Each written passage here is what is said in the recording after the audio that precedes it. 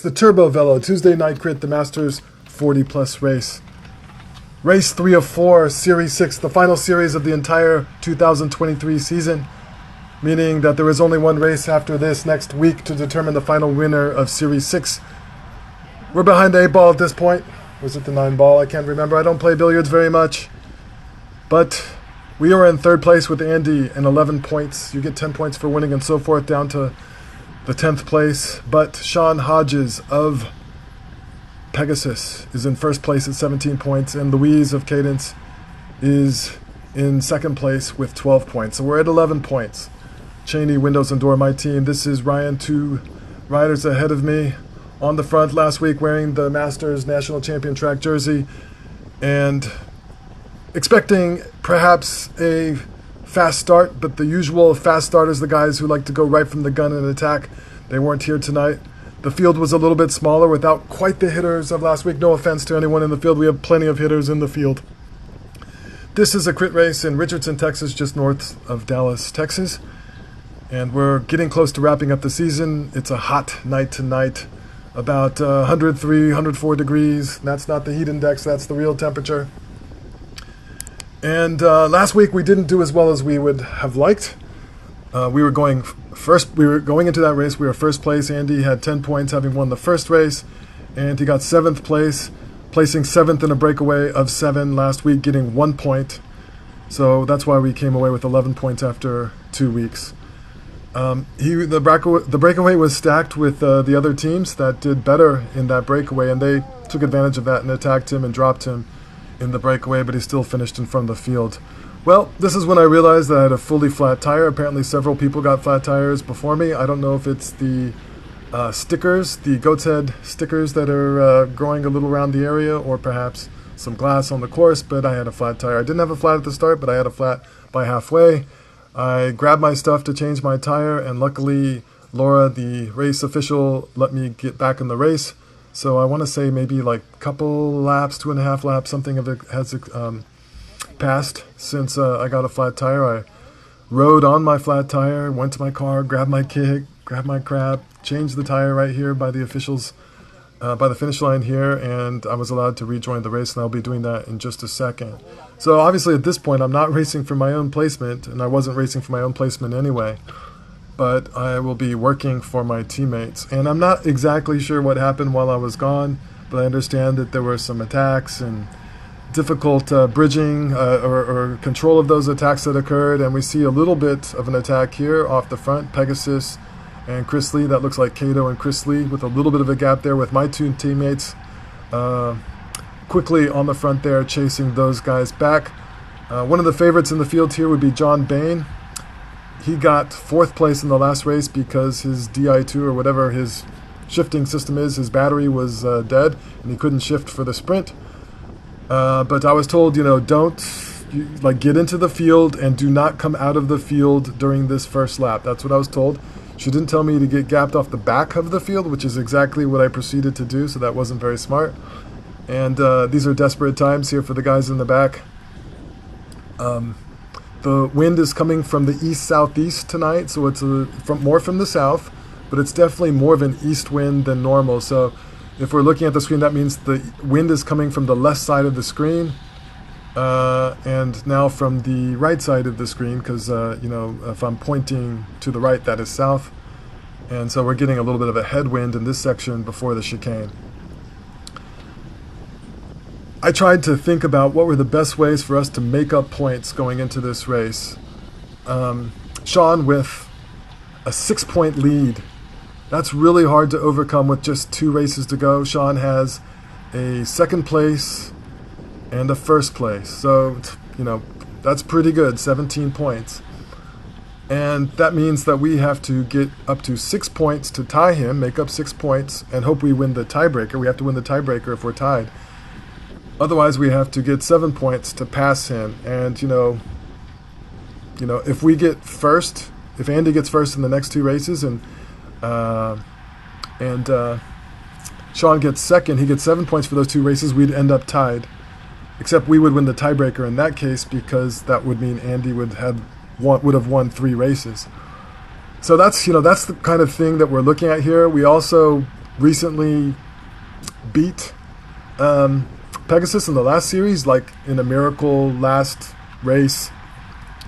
Almost no odds to win. We beat them, so they're looking for their revenge here. And of course, we have Cadence. They've been coming out in big numbers.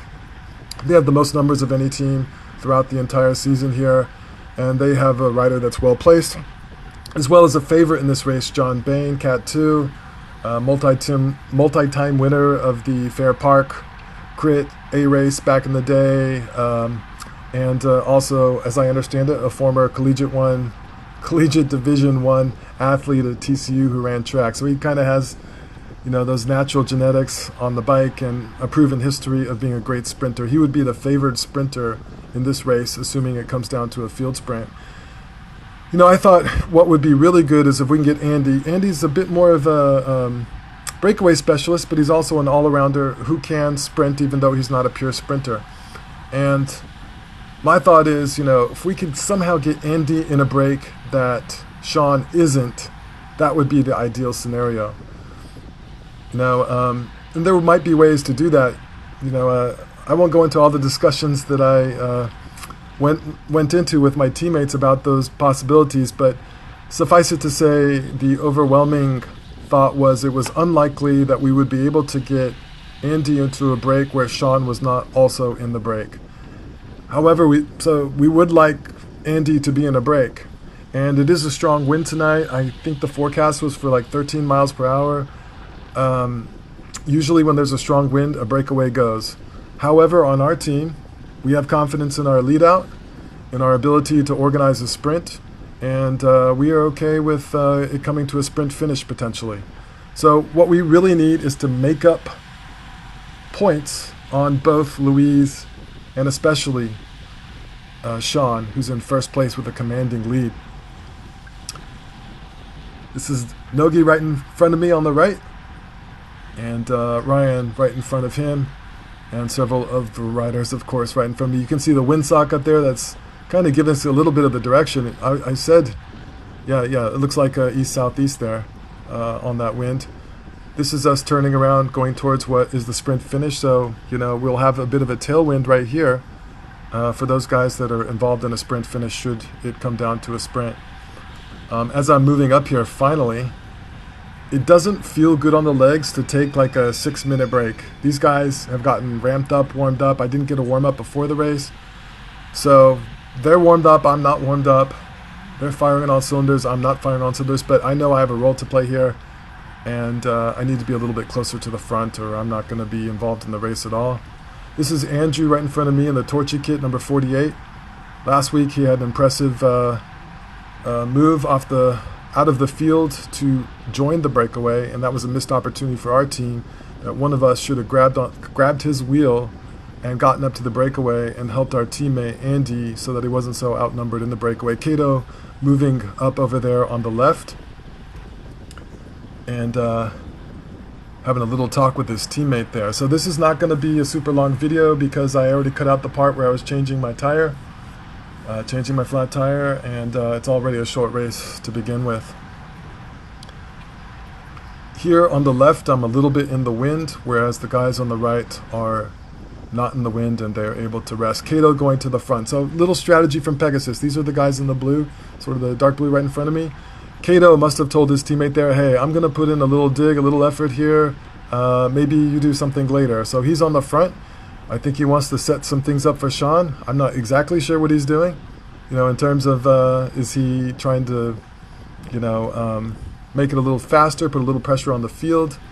I think this is Joel right next to me. We were kind of competing for this wheel a little bit, but you will note it is respectful and we are not endangering each other, and we did not touch. So Cato comes off the front, and then it looks like Cadence is on the front. So far no breakaway, which is unusual. I can't remember the last time we came to a full sprint finish in this race. Teammate Ryan moving up here.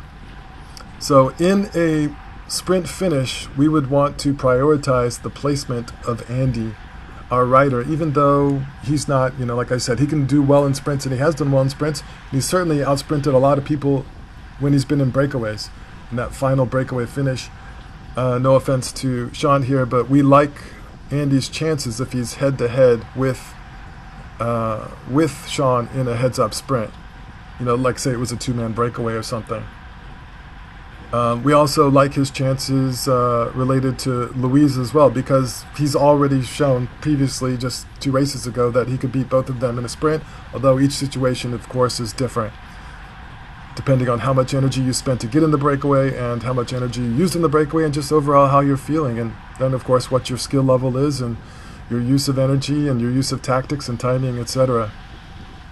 Everyone over to the right in the more guttered position, because the wind is coming from our left.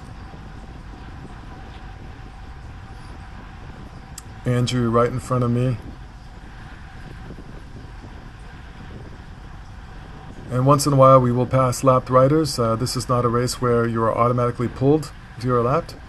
You are expected not to cause chaos if you are lapped, and try to ride in a safe position, and you can join in on the back. Oh gosh, he went off the track there. Was he off the front? He might have been off the front.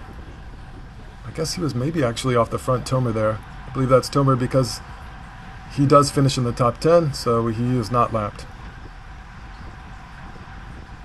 All right. I wish I was paying a little bit closer attention and knew how many laps were left, but that's also oftentimes a racer's dilemma in the race, where you're not sure how many laps are left because you weren't paying attention to the cards as you went by the finish line. Again, Kato, I know he did that pull just shortly before, and he is moving up to the front once again, and I am falling to the back a little bit, but I am in a sheltered position here, being on the left. If this comes down to a sprint finish, I will be looking for my role as a lead out. So not looking for my own finish, especially since I'm a lap or 2 behind on the scorecards because I had a flat tire. All right. Going through the dip, turn 3. And the sprint will usually kick up, you know, at or before turn 3, or sometimes just after turn 3, with a little bit of an uphill here, just a tiny bit. A little bit of a tailwind, cross tailwind here. Sean, he has the leader's jersey. He's on that turquoise bike up on the front left. And you can see he is marking Andy. He's on Andy's wheel. He doesn't, well, not for the moment. He's right next to Andy. Let's see what the scorecards say in terms of the number of laps. I think this might be 2 laps to go. Teammate Adam on my right, and I think that said 3 laps to go, if I'm not mistaken. Just like a real race, right? It's hard to catch the numbers when you're not intently looking, and the screen is a little bit small in front of me as I'm narrating here. Okay, we have a little bit of movement off the front. Looks like my teammate Ryan on the front chasing. Ryan, coming into this race, I think has no points, so again he's in a support role related to Andy. Usually in a sprint finish it'll be me first, with my teammate Adam here right in front of me on my wheel, 5-time national champion, and featured in the recent ESPN documentary on Lance Armstrong, if you want to watch that if you haven't already. So this is where Andrew of Torchy's Bike Mart is on the front. Now he is definitely a breakaway specialist who probably doesn't want it to be a sprint finish, and you know, he doesn't have a gap here, so perhaps he's trying to speed things up here, shake it up a little, maybe make some people's legs a little tired for a later attack. Because he doesn't have a teammate in the field, it's not like he's trying to set something up for a teammate at this point. He's not guttering the field either by riding on the right. But he won't be on the front, I think, for terribly long here. It looks like John Bain is second wheel. Looks like Kato is up there. Kato's looking back right then. You know, he's looking back for his teammate, Sean, because Kato is riding for Sean here, who is 2 in front of me with the leader's red jersey, sponsored by Wayland's Law. So Kato, you know, he wants to know what his teammate's doing, and Not surprisingly here, Sean is on Andy's wheel, and Andy, he's marking Andy. Doesn't want Andy to get in a break and him not be able to see it happen and follow it if a break is going to happen. Gosh, I missed the lap marker again. Okay, well, I know approximately where the sprint finish is because I have it marked on the timeline. It's not yet. Not yet. But again, my role, at this point, I'm thinking there's probably not going to be a breakaway. I will have a role at the end. My job at this point is probably to save energy for the end and conserve energy. The more energy you conserve for the critical moments, the better you'll do in a critical moment. You see Chris Lee, could just catch him in the middle there, motioning to his teammates. I know at one point Chris went to his two teammates, Louise and John, and said, "What are we doing?" I didn't hear it, but one of my teammates did. I think he went to Louise and said, "Hey, who are we prioritizing in a sprint, you or John?" And I think Louise said, "Both of us." And so Chris is definitely looking to support his teammates here. And John Bain's second wheel. So interesting here. This is where I decide. I think we're at 1.5 laps to go. This is 1.5 laps to go. And so we have the leader, Sean, here, right in front of me in the red jersey with his teammate Cato right in front and two Cadence riders, Chris Lee acting as lead out and John Bain. So I think it was at this point or very soon, Cato tells Sean, fall back, we're too close to the front. So you'll see Sean here fall back. So Cato's telling Sean to fall back. And so the favorite sprinter here is second wheel. What is John Bain going to do? He's got one lead out man. And Cato, just trying to monitor where his teammate is. He doesn't want to be too close to the front, with a mile and change left to go. So we're coming up. When we get to the finish line, it'll be 1 to go. And my role here is to decide when to launch my effort for my lead out for my teammates. And what I really need are for all my teammates to be on my wheel, because I anticipate at some point I'm going to be on the front leading the race as the lead out guy. That is the most likely scenario in mind, and yes, that is foreshadowing. So Cato pulls up, he opens up a gap, he doesn't want to be third wheel, and this is 1 to go, 1 mile left. John Bain on the front, and Chris has been having to do a lot of work. Chris is in great shape, but how long is he going to be able to pull? And then what is John Bain going to do when he's on the front, well short of the finish line? Is he going to lead us all out from the front for a sprint finish? Is he strong enough to do that? Is that a good tactic? Probably not a good tactic. And he's a smart racer, so we're going to see what he does here. At this point, I know Adam's on my wheel. I've confirmed that, but I don't know anything else. I'm just hoping everyone else is in position. They have to, fight for wheels and do what they have to do at this point. I believe actually we were all in position, and Ryan may have been third wheel and then Andy fourth wheel in terms of our team train, and at some point they switch. Now Pegasus puts in an attack here, and again, this is not like really an attack to win the race, but it is to do a lead out, start a lead out, and he's accelerating. I had the choice of whether to pause and let somebody else make the move to catch this wheel or to go up to this wheel. I decided to go up to the wheel. That means John Bain has fallen back, and I don't know where he is. But I know that my teammate's on my wheel. I'm staying in the draft here. A little flick of the elbow coming very soon, and then it's my turn. I'm sorry if the power's not perfectly synced up. It's kind of hard to do with my new headset. So now my job is to go as hard as I can, pacing myself to a certain extent, not going an all-out sprint immediately, but doing a hard effort enough to make it so that nobody else can attack over us, and hopefully no one else can move up as far as positions. I'm headed here to the right, and with the wind coming from the south, the more protected gutter position will be on the far right coming into this last turn, which is, I am considering that position. I don't want sprinters to go in a sheltered position. Now, I see my teammate very soon come up here on the left, Adam in the lead out. It turns out Bain was on his wheel, had gotten in the middle of our train, which is not what we wanted, but there we are with our protected teammate Andy getting second place, Ryan getting third place, but John Bain getting first place. So John had 4 points coming into the race. He goes up to 14. Sean got 8th place. I don't know if you can hear in the background. He was not happy. He let out a couple of words of dismay as he realized he was not getting a good placement. I don't know exactly what happened there. I think 8th place is certainly far back from what we would expect for him. He could have been hung up at some point in the sprint, related to positioning and the moves of others and so forth. But that means that we did a 6-point jump.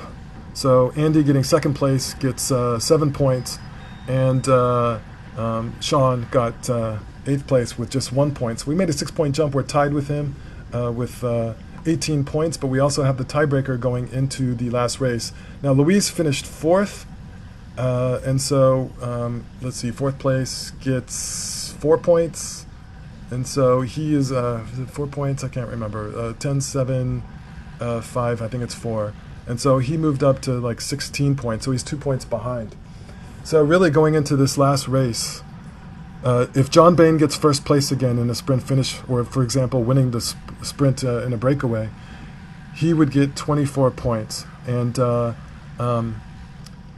however, if we get second, if Andy gets second, we'd have 25 points and we'd beat him. So that's a tall order, meaning that there's a serious chance John Bain could win, even though he's behind right now.